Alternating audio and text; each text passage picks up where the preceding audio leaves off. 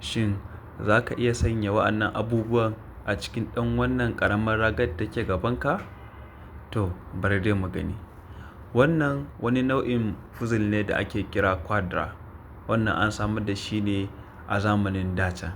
Daga nesa za ka kalli abun kamar abin sauƙi ne ka sanya su daga ciki. Sai dai kuma idan ka gwada, gashi nan wannan ya sanya guda 5 a ciki amma kuma ya rasa ta ina zai sa na shida.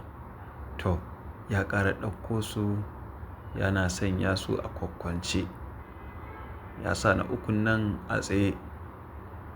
Ya ƙara sa wani na huɗu har yanzu shi ma a tsaye.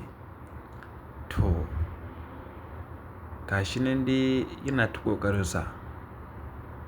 To, ya matsar da shi da tunanin cewa zai ƙara samun hanyar da zai ƙara sa guda ɗaya.